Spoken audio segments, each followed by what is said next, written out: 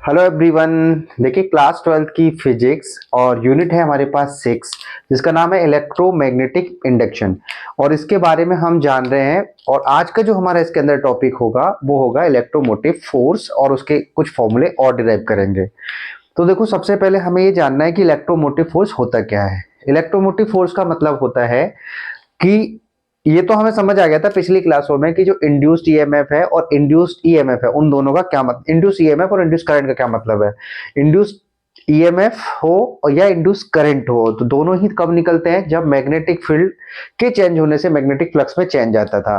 तो हमने देखा भी था कि फेराडे के और लेंज के लॉ में जब हमने पढ़ा था तो हमने ये देखा था कि अगर हमारा मैग्नेटिक फील्ड चेंज हो जाता है तो उसके कारण मैग्नेटिक फ्लक्स चेंज हो जाता है और उसी के कारण बाद में ईएमएफ और करंट प्रोड्यूस होते हैं उसके अंदर और उसी को इंड्यूस्ड बोला जाता है।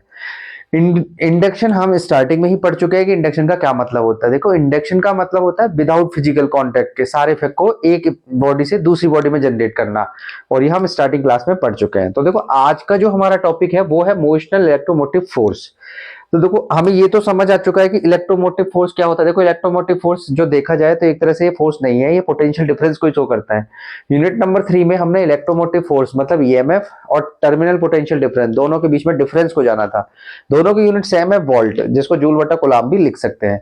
लेकिन अब हमें चलना है मोशनल इलेक्ट्रोमोटिव फोर्स के बारे में जाना है। आगे चल के जब हम इस पूरा डेरिवेशन करेंगे तो इसका फॉर्मूला आएगा B into L into B.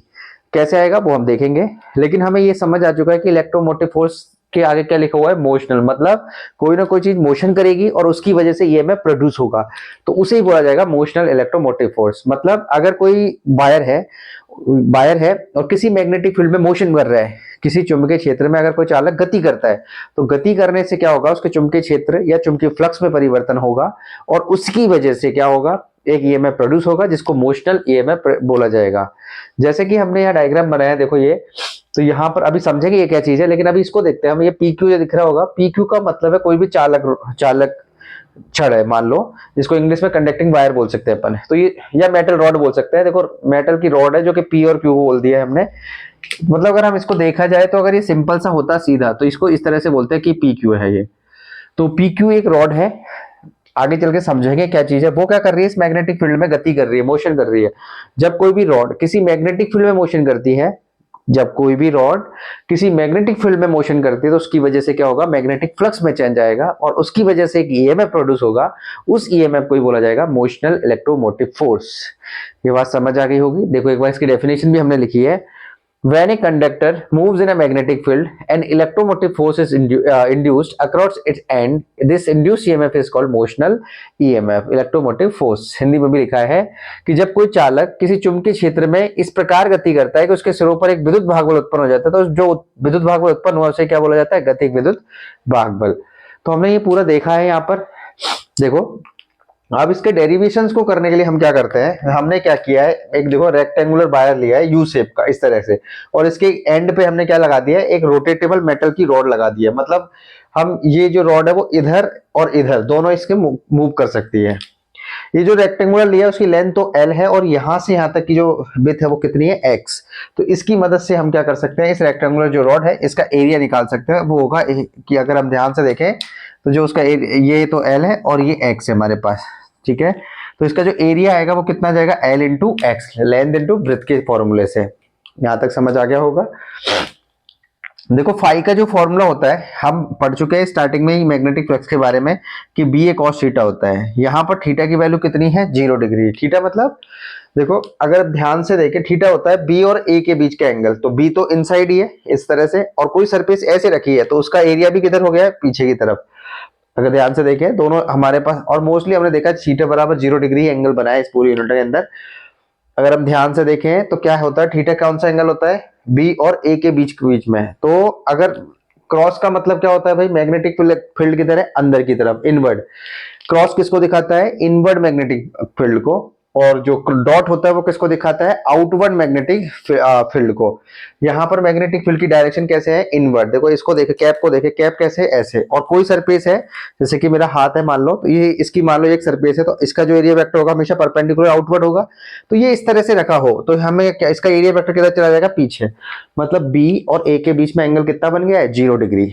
तो यहां से हमने क्या किया कि फाई का फॉर्मूला लगाया बी ए कॉस थीटा जो कि होता है, और यहाँ थीटा हमें कितना आ गया 0, और थीटा कौन सा एंगल है, theta is the angle between B और ए, मतलब बी और ए के बीच में जो एंगल है वो हमारे पास कितना है 0 डिग्री। तो जैसे ही यहाँ पुट करेंगे तो ये बन जाएगा फाई बराबर बी ए कॉस 0 डिग्री, और कॉस 0 की वैल्यू होती है 1, इसलिए पूरा कंप्लीट फॉर्मूला हो जाएगा फाई बराबर बी ए।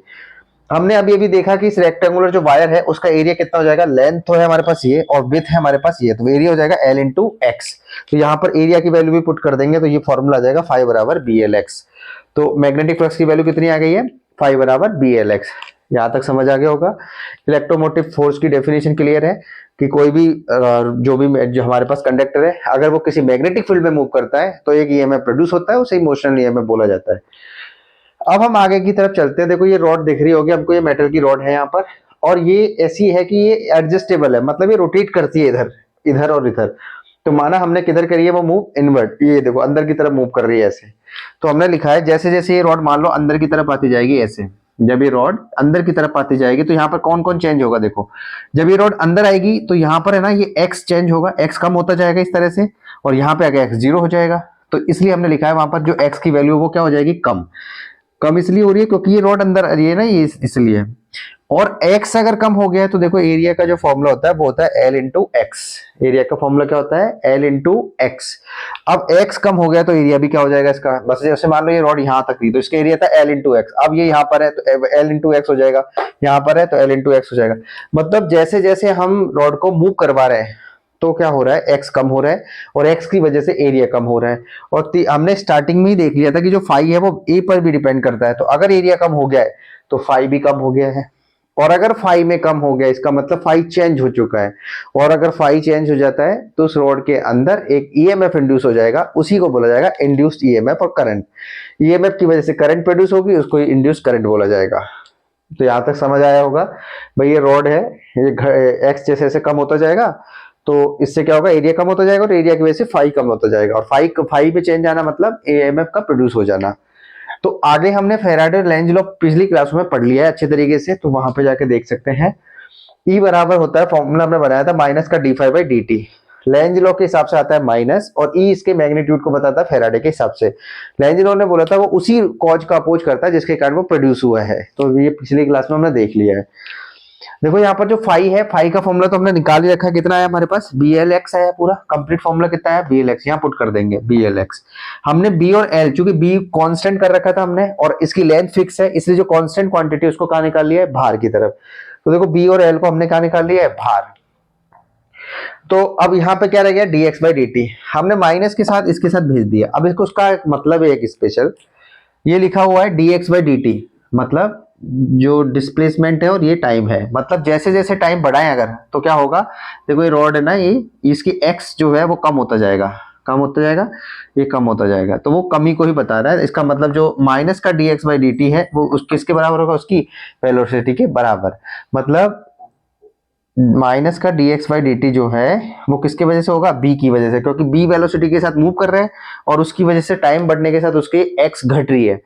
एक्स बोले तो डिस्टेंस, तो टाइम के बढ़ने से डिस्टेंस घट रही है और इसकी वजह से वेलोसिटी या चाल जो भी हमारे पास वो कैसे आ रही है, नेगेटिव। इसलिए माइनस का D x by D T जहां भी आ रहा है उसके जगह क्या रख देंगे, बी, और ये फॉर्मूला बन जाएगा B L B, B into L into B. Current निकालने का फॉर्मूला हमारे पास होता है ओम्स लॉ से, और वो निकाला जाता है आई बराबर ई बटा आर से, और ई बटा आर का मतलब है बी एल बी बटा आर। इस तरह से हमने कंप्लीट कर लिया है पूरा। तो हमारे पास इंड्यूस ईएमएफ का फॉर्मूला बी एल बी, और अगर आर का डिवाइड दे दे रेजिस्टेंस में तो बी एल बी बटा आर है हमारे पास। अब बात आती है कि करंट की डायरेक्शन क्या होगी। देखो पिछली क्लास में हमने फ्लेमिंग का राइट हैंड रूल समझा था, और उसमें उसी के हिसाब से हम यहाँ पर इंड्यूस करंट की डायरेक्शन को बताते हैं। तो अगर हमसे पूछा जाए इंड्यूस करंट की डायरेक्शन क्या होगी तो फ्लेमिंग के राइट हैंड रूल से हम बताएंगे। और फ्लेमिंग का राइट हैंड रूल क्या कहता है हमने यहाँ लिख दिया है शॉर्ट में, हालांकि पिछली क्लास में हमने पूरा पढ़ा है कि जो थंब अगर वो मोशन को दिखाए और फर्स्ट फिंगर हमारी किसको दिखाए, मैग्नेटिक फील्ड को, तो जो मिडिल फिंगर या सेकंड फिंगर होगी वो किसको दिखाएगी, इंड्यूस करंट को। और तीनों ही ये आपस में परपेंडिकुलर होनी चाहिए। दोबारा सुनेंगे फ्लेमिंग का राइट हैंड रूल क्या है। देखो पहले तो राइट हैंड, उसकी एक तो अंगूठा, फर्स्ट फिंगर और सेकंड फिंगर, तीनों को परपेंडिकुलर फैला लेना है। अंगूठा जो है वो किसको दिखाएगा, मैग्नेट मोशन को। फर्स्ट फिंगर मैग्नेटिक फील्ड को और सेकंड फिंगर इंड्यूस करंट की डायरेक्शन को दिखाएंगे। जैसे इसमें अगर हम लगाएं तो देखो यहाँ पर अब राइट हैंड को लेके मैं सबसे पहला काम होता है मैग्नेटिक फील्ड में फर्स्ट फिंगर को रख दो इस तरह से और फोर्स को रख दो ऐसे। तो देखो जो मिडिल फिंगर है वो नीचे की तरफ जा रही है, इसका मतलब इसमें जो करंट की डायरेक्शन होगी वो कैसे होगी, डाउनवर्ड की तरफ इस तरह से। इंड्यूस करंट की जो डायरेक्शन होगी वो कैसे होगी, नीचे की तरफ, मतलब पी से क्यू की तरफ। इस तरह से हमने मोशनल ईएमएफ की डेफिनेशन प्लस डेरिवेशन दोनों कंप्लीट कर लिया है और ये पूरा का पूरा एनसीईआरटी बेस्ड है। तो एक बार दोबारा से रिपीट करते हैं। मोशनल इलेक्ट्रोमोटिव फोर्स क्या होता है कि अगर कोई भी कंडक्टर किसी मैग्नेटिक फील्ड में मोशन करता है तो उसकी वजह से एक ईएमएफ प्रोड्यूस होता है, उस इंड्यूस ईएमएफ को इंड्यूस ईएमएफ बोला जाता है। हिंदी में भी लिख दिया हमने। डेरिवेशन हमने बहुत अच्छे से किया है कि एक मेटल की रॉड है, रेक्टेंगुलर वायर पे रखी गई है, लेकिन वो रोटेटेबल है, इधर जाती है और इधर भी जा सकती है। फाई बराबर हमने फॉर्मूला लगा दिया है बी ए कॉस थीटा, थीटा की वैल्यू है 0, तो फाई बराबर आ गया बी ए, एरिया है एल एक्स, तो फाई बराबर आ गया बी एल एक्स। जब रॉड मूव करेगी थ्रू मैग्नेटिक फील्ड तो क्या होगा, मैग्नेटिक फ्लक्स में चेंज आएगा। देखो कैसे कैसे चेंज आएगा उसकी वजह से हमने बता दिए। फाई अगर चेंज हो गया तो उसके अंदर इंड्यूस ईएमएफ प्रोड्यूस हो जाएगा और इसकी वजह से करंट प्रोड्यूस हो जाएगी, इसको इंड्यूस करंट बोला जाएगा। और उसकी वैल्यू हमने फेराडे लेंथ से दिखा, ई बराबर माइनस का D phi by D T. Phi की वैल्यू पुट कर दी है तो इस तरह से बी आया और बी एल बी और आर का भाग दे दिए। करंट की जो डायरेक्शन है जो भी इंड्यूस हुई है, इंड्यूस करंट की डायरेक्शन बताने के लिए हम फ्लेमिंग के राइट हैंड रूल का यूज करते हैं। पहले नोट करो फिर हम अगला टॉपिक चालू करते हैं।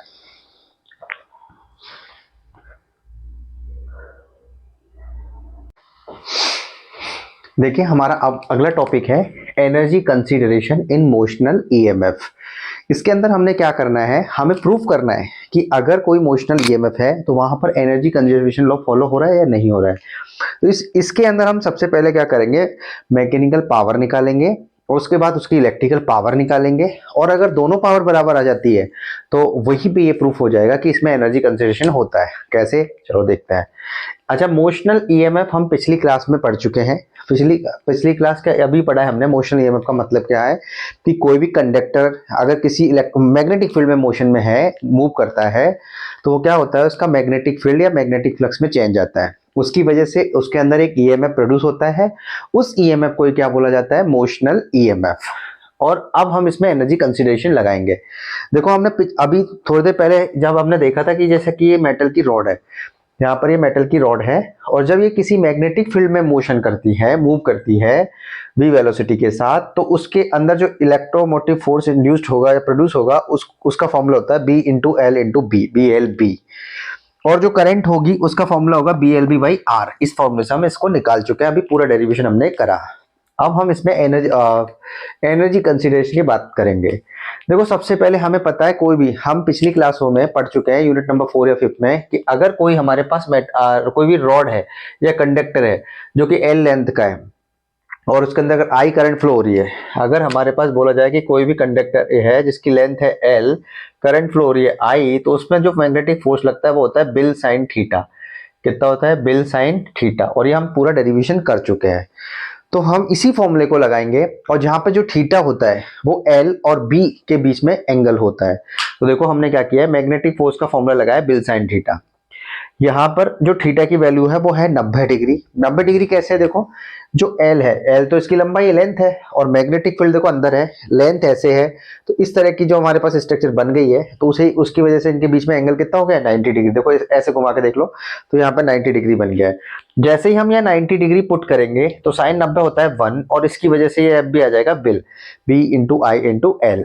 और आई की वैल्यू हम अभी निकाल रहे हैं थोड़ी देर पहले डेरिवेशन के through, B into L B बटा आर आएगा। तो वो पूरा हमने कंप्लीट कर लिया यहाँ पर और आई की वैल्यू पुट कर दी। देखो अगर हम देखें मैग्नेटिक फोर्स के बारे में तो बी की जगह बी ही है, आई की जगह हमने वैल्यू पुट कर दिया B into L into B बटा आर और एल की जगह एल ही है।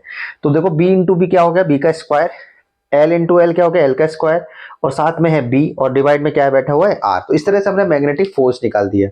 कभी भी मैग्नेटिक फोर्स की डायरेक्शन निकालनी है तो हम उसमें लगाते हैं फ्लेमिंग का लेफ्ट हैंड रूल, और अगर इंड्यूस करंट की डायरेक्शन निकालनी है तो हम उसमें लगाते हैं फ्लेमिंग का राइट हैंड रूल, जो कि इस यूनिट के अंदर हमने पढ़ा। चूंकि हमें मैग्नेटिक फोर्स की डायरेक्शन निकालनी है इसलिए हम क्या करते हैं, फ्लेमिंग का लेफ्ट हैंड रूल लगाते हैं। फ्लेमिंग का लेफ्ट हैंड रूल क्या कहते हैं कि पहली बात तो फर्स्ट देखो थंब को फर्स्ट फिंगर को और सेकंड फिंगर को, तीनों को परपेंडिकुलर फैलाना है। और फर्स्ट फिंगर में फोर्स, जो थंब होगा वो अंगूठे, जो ये हमारा थंब है वो फोर्स को दिखाएगा, लेकिन उसके लिए कंडीशन बोली गई है कि फर्स्ट फिंगर किस में रहे, मैग्नेटिक फील्ड की डायरेक्शन में रहे, सेकंड फिंगर करंट की डायरेक्शन में रहे। तो जो थंब होगा या अंगूठा होगा वो ही किसकी डायरेक्शन को दिखाएगा, मैग्नेटिक फोर्स की डायरेक्शन को। जैसे कि हम इसमें देखते हैं, देखो यहाँ पर हम देखें तो करंट की डायरेक्शन नीचे की तरफ है, नीचे की तरफ है। पहले हम तीनों को परपेंडिकुलर फैला लेते हैं। मैग्नेटिक, देखो हम इसको अच्छे से समझने के लिए हम सबसे पहले जो फर्स्ट फिंगर, जो मैग्नेटिक फील्ड होता है उसमें उसको लेके जाओ। सबसे पहला काम होता है मैग्नेटिक फील्ड की डायरेक्शन में फर्स्ट फिंगर को लेके जाना। अगर वो आउट इनवर्ड है तो इनवर्ड, और बाहर है तो आउटवर्ड, क्योंकि इसमें इनवर्ड है। उसके बाद हम देखा करंट की डायरेक्शन नीचे की तरफ है, तो हमारा जो थंब आ रहा है वो इधर की तरफ आ रहा है, इसका मतलब मैग्नेटिक फोर्स की डायरेक्शन ये वाली साइड है। तो और हमने ये डायरेक्शन भी निकाल दी है फ्लेमिंग के लेफ्ट हैंड रूल का यूज करके। अब अगर इस रॉड को इस रॉड को अगर कंटिन्यूसली हमें क्या करना है, कांस्टेंट वेलोसिटी के साथ मोशन में लाना है, तो जितना फोर्स आउटसाइड में लग रहा था उतना ही फोर्स हमें इनसाइड में भी लगाना पड़ेगा, और दोनों की वैल्यू लगभग बराबर रहेगी ताकि वो कांस्टेंट वेलोसिटी के साथ मोशन में रहे। और यहाँ पर जो एफ बी होगा, एफ बी की जो वैल्यू है वो लगभग एक्सटर्नल के बराबर फोर्स है, और उसकी वैल्यू आती है हमारे पास, देखो ऊपर निकाला है हमने, B square L square B बटा आर। इस तरह से एक्सटर्नल फोर्स की वैल्यू भी हमारे पास आ गई है। यहाँ तक समझ आया होगा भाई? एक बार दोबारा देख लेते हैं। हमें पता है कोई भी मेटल की रॉड, कंडक्टर किसी मैग्नेटिक फील्ड में रखा हो तो उसमें फोर्स लगेगा बिल साइन थीटा, क्योंकि एल और बी के बीच में होता है थीटा, और थीटा की वैल्यू यहाँ पर है 90 डिग्री, इसलिए एफ की फॉलो हो गया, एफ का फॉर्मूला हो गया बिल। आई हम यहाँ से निकाल ही चुके थे, तो आई की जगह हमने पुट कर दिया क्या, ये कंप्लीट। तो यहाँ पर एफ एक्सटर्नल और एफ भी आ गया हमारे पास, V square L square into B बटा आर, और यही किसके बराबर होगा, एक्सटर्नल फोर्स के बराबर होगा, तो इसलिए ये B square L square B बटा आर आ चुका है। अब हम इसको थोड़ा सा आगे बढ़ाते हैं। देखो मैकेनिकल पावर निकालनी है हमको। पावर, मैकेनिकल पावर का फॉर्मूला क्या होता है, force into velocity, force into velocity. जब हम इसको निकालते हैं तो देखो कैसे निकलेगा, ये एक्सल की जगह एक्सल वैल्यू पुट कर देंगे तो वो कितना है, B square L square into B बटा आर हो चुका है, और साथ में गुणा में कौन बैठा है, बी, क्योंकि ये बी वाला ये भी तो लिखेंगे, तो बी मैकेनिकल पावर कितना आ गया, बी का स्क्वायर एल का स्क्वायर और बी का स्क्वायर अपॉन में आर आ गया। तो हमारा पहला टारगेट पूरा हो चुका है जिसमें हमें मैकेनिकल पावर निकालनी थी, तो हमने मैकेनिकल पावर निकाल दी। और इसका कोई ना कोई रेजिस्टेंस होगा, उसके अंदर इलेक्ट्रिकल पावर कितनी होगी उसका फॉर्मूला हमने क्लास 12th में पढ़ा है, और वो होता है पोटेंशियल डिफरेंस को किससे गुणा कर देते हैं हम, करंट के साथ, तो वही हमारे पास इलेक्ट्रिकल पावर होती है। ओम्स लॉ से हमने ये भी जाना है कि बी का फॉर्मूला कितना होता है, आई इंटू आर। तो आई आर जैसे ही बी की जगह पुट करेंगे तो ये फॉर्मूला हो जाएगा आई का स्क्वायर इंटू आर। आई कहाँ है हमारे पास, आई की वैल्यू हमारे पास ये दे रखी है, और आई का फॉर्मूला है B into L into B बटा आर। तो जैसे ही हम आई की जगह पुट करेंगे ये सब, बी एल बी बटा आर का स्क्वायर इंटू में आर, तो ये हो जाएगा B square L square B square, ऊपर में आर और नीचे आर का स्क्वायर, एक आर से एक आर कट जाएगा, और उसकी वजह से कितना फॉर्मूला हो जाएगा इलेक्ट्रिकल पावर का, B square L square B square upon में आर। और ध्यान से देखेंगे मैकेनिकल पावर इलेक्ट्रिकल पावर के इक्वल आ चुकी है। अगर मैकेनिकल पावर इलेक्ट्रिकल पावर के इक्वल आ चुका है, इसका मतलब इसमें एनर्जी कंसिडरेशन फॉलो हुआ है। तो इस तरह से हमने इसमें देखा मोशनल ईएमएफ में एनर्जी कंसिडरेशन फॉलो होता है, उसको हमने डेरिवेशन की मदद से कंप्लीट कर दिया है। प्रोसेस एक बार लास्ट बार सुनते हैं। सबसे पहले क्या है, फोर्स निकालेंगे, मैग्नेटिक फोर्स, उसकी मदद से हम एक्सटर्नल फोर्स निकाल जाएगा अपने, फिर उसके बाद मैकेनिकल पावर निकल जाएगी, इलेक्ट्रिकल पावर का फॉर्मूला लगाएंगे और दोनों इक्वल आ जाएगी, और उसके बाद मैकेनिकल पावर इलेक्ट्रिकल पावर के इक्वल हो जाएगी, और वहीं पे हम बोल देंगे कि मोशनल ईएमएफ में एनर्जी कंजर्वेशन लॉ को फॉलो किया जाता है। देखो नोट करो, फिर अगला टॉपिक चालू करते हैं।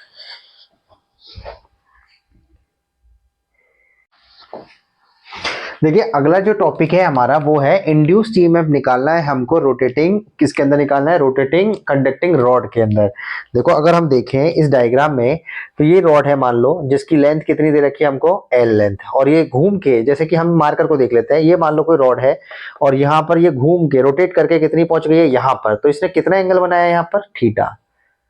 कितना एंगल बनाया भाई, थीटा। और ओमेगा का फॉर्मूला होता है थीटा बाई टी, तो यहाँ से थीटा बराबर हम निकाल सकते हैं ओमेगा टी। ओमेगा को हम ऐसे भी लिख सकते हैं, अगर देखो स्मॉल चेंज की बात है तो डी थीटा अपॉन में डी टी, इस तरह से।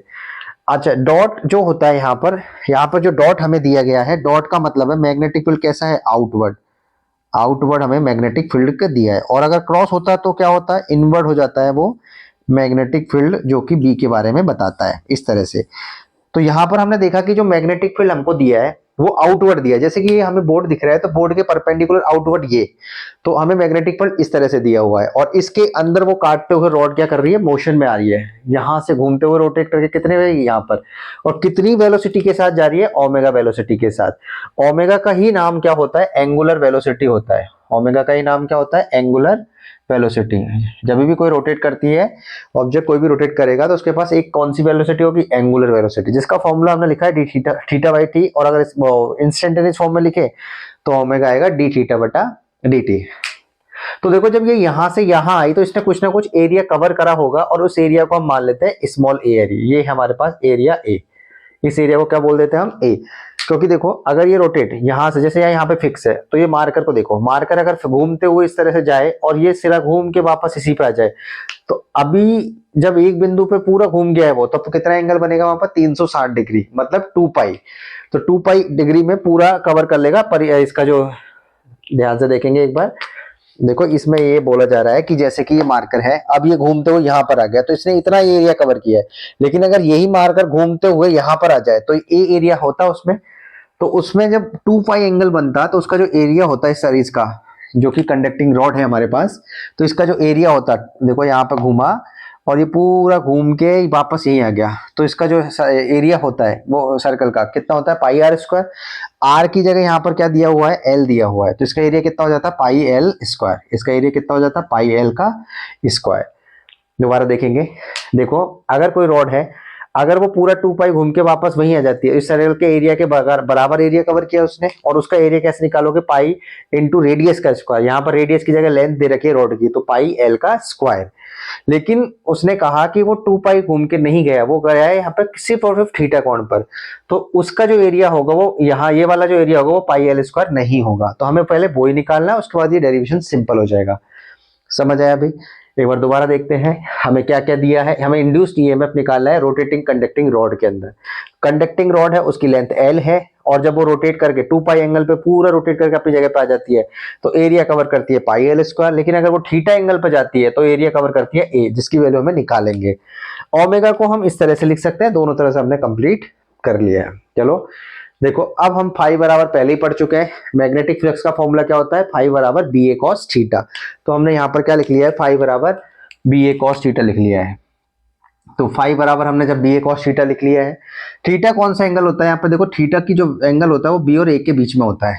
तो अब यहाँ देखिए बी जो है वो तो आउटवर्ड है, जैसे कि बोर्ड के अंदर, और जो इसका एरिया है, इस सरफेस का एरिया देखें अगर, वो भी परपेंडिकुलर आउटवर्ड है, तो दोनों की दिशा क्या हो गई है, मार्कर देखो दोनों के जो कैप देखो दोनों एक दिशा में है।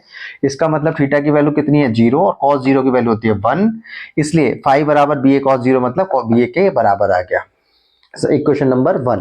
तो देखो इसमें हमने कुछ नहीं किया, यहां तक हो गया। अब हम बात करते हैं एरिया की, जो हम स्टार्टिंग से बात कर रहे हैं कि अगर ये रॉड 2 पाई एंगल करती तो कवर करती एरिया कितना, पाई एल स्क्वायर, लेकिन अगर थीटा एंगल करती तो एरिया कितना होता। तो देखो हमने लिखा है यहाँ पर, अगर 2 पाई एंगल बनाती कोई भी रॉड, मतलब जहां थी वहीं आ जाती घूम के, तो उसमें एंगल कवर होता pi L, sorry area cover होता पाई एल स्क्वायर। लेकिन थीटा जब एंगल बनाया उसने तो एरिया कितना कवर हुआ, वो उसको हम निकालना है और उसी को हमने ए बोल दिया है। तो वो होगा, देखो हम इसको ऐसे ऐसे कैसे करते हैं, इन दोनों को आपस में गुणा कर देंगे और इसका क्या कर देंगे, डिवाइड कर देंगे, वो ही होगा। तो pi L square into theta कर दिया है और नीचे 2 पाई का डिवाइड कर दिया है। जैसे हमने काटा पीटी की तो ये आ गया एल स्क्वायर थीटा बाई 2, और यही हमारे पास क्या रह गया, एरिया। इस एरिया की वैल्यू हम पुट कर देंगे इक्वेशन नंबर 1 में।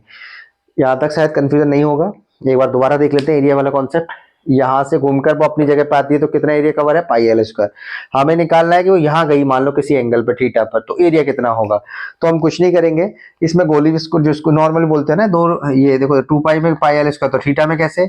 इस क्वेश्चन को करने के लिए हमें क्या करना है, इसको इससे गुणा और इसका डिवाइड कर देंगे, तो हमारे पास एरिया की वैल्यू आ जाएगी एल स्क्वायर थीटा बाई 2 बराबर में ए। इस ए की वैल्यू को देखो, इस ए जो हमारे पास ए दिया है इसको हम कहाँ रख देंगे, इक्वेशन नंबर 1 में। तो देखो फाई बराबर कितना आया, बी, और ए की जगह रख दिया एल स्क्वायर थीटा बाई 2। तो ये कंप्लीट हो गया, बी इंटू एल का स्क्वायर थीटा अपॉन में 2। अब हमने मैग्नेटिक फील्ड निकाल दिया है। अब हमें पता है इसके अंदर क्या आएगा, इंड्यूस्ड ईएमएफ आएगा। इंड्यूस्ड ईएमएफ कैसे निकालेंगे, इंड्यूस्ड ईएमएफ का हमें पता है, फेराडे और हेनरी ने एक्सपेरिमेंट किया था। तो फेराडे और हेनरी के एक्सपेरिमेंट का फर्स्ट लॉ ये था कि जो मैग्नीट्यूड ऑफ इंड्यूस्ड ईएमएफ है is directly proportional to the change in magnetic flux. Rate of change in magnetic flux, मतलब अगर हिंदी में बोला जाए तो प्रेरित विद्युत भागबल का परिमाण विद्युत फ्लक्स में परिवर्तन की दर के समानुपाती होता है। मतलब परिमाण को बताया गया था, तो ई बराबर कितना था, d phi by D t. तो देखो हमने फाई तो ऊपर निकाल लिया है, फाई की वैल्यू कहाँ है हमारे पास, ये तो यहाँ वैल्यू पुट कर दी है फाई की पूरी हमने, और वो कितनी है, B L square theta upon में 2। जो कांस्टेंट है उसे बाहर निकाल लेंगे। अब देखो कांस्टेंट कौन कौन है, हमने मैग्नेटिक फील्ड प्रोवाइड कर रखा है पहले से, तो वो कांस्टेंट हो गया। इसकी जो लेंथ है वो फिक्स है, तो इसलिए वो भी कांस्टेंट हो गया। इसका मतलब चेंज कौन हो सकता है, थीटा। अभी थीटा फिर बढ़ता जाएगा इस तरह से, इसलिए ई बराबर कितना आ गया हमारे पास, बी एल स्क्वायर तो कांस्टेंट था बाहर आ गया, इनटू में D theta by D T. और D theta by D T को क्या लिख सकते हैं हम, ओमेगा। तो ये फॉर्मूला हो गया ई का। तो 1/2 बी ओमेगा एल स्क्वायर क्या आ गया है, हमारा जो टॉपिक का नाम था वो फॉर्मूला हमने निकाल दिया है। तो induced EMF in rotating conducting rod, उसका फॉर्मूला कितना आया हमारे पास, ई की वैल्यू है 1/2 B into omega into L का स्क्वायर। जैसे ही इंड्यूस ईएमएफ आ गया हमारे पास, तो हम करंट निकालने के लिए क्या करेंगे, उसमें रेजिस्टेंस का भाग दे देंगे। तो ये फॉर्मूला आ जाएगा B L square omega upon में 2r। अब यही देखो, अगर इंड्यूस ईएमएफ हमसे, इसमें तो हमने निकाला कंडक्टिंग रॉड के अंदर, अगर हमसे पूछा जाता है रोटेटिंग व्हील हो चाहे रोटेटिंग डिस्क हो, उनमें कितना होता, तो रोटेटिंग व्हील हो या रोटेटिंग डिस्क हो या कंडक्टिंग रॉड हो, उन सब में इंड्यूस ईएमएफ की वैल्यू सेम रही, कितनी, 1/2 बी ओमेगा एल का स्क्वायर। इस तरह से हमने ये टॉपिक कंप्लीट कर लिया है। एक बार दोबारा देख लेते हैं। इंड्यूस ईएमएफ निकालना था रोटेटिंग कंडक्टिंग रॉड में, रोटेटिंग कंडक्टिंग रॉड की लेंथ थी एल, घूम के गई वो यहाँ पर थीटा एंगल पर, पूरा घूम जाता 2 पाई, तो एल एरिया होता है पाई एल स्क्वायर, लेकिन थीटा घूमने पर एरिया कितना आया हमने निकाला यहाँ पर, कितना, एल स्क्वायर थीटा बाई 2। और हमने फाई बराबर बी ए में वैल्यू पुट कर दी, फैराडे हेनरी का लॉ लगा के ई निकाल दिया, ये आई हमने निकाल ही दिया। इस तरह से वीडियो कंप्लीट होता है। तो अगर आपको क्लास अच्छी लगी तो लाइक शेयर सब्सक्राइब करते रहें। Thank you.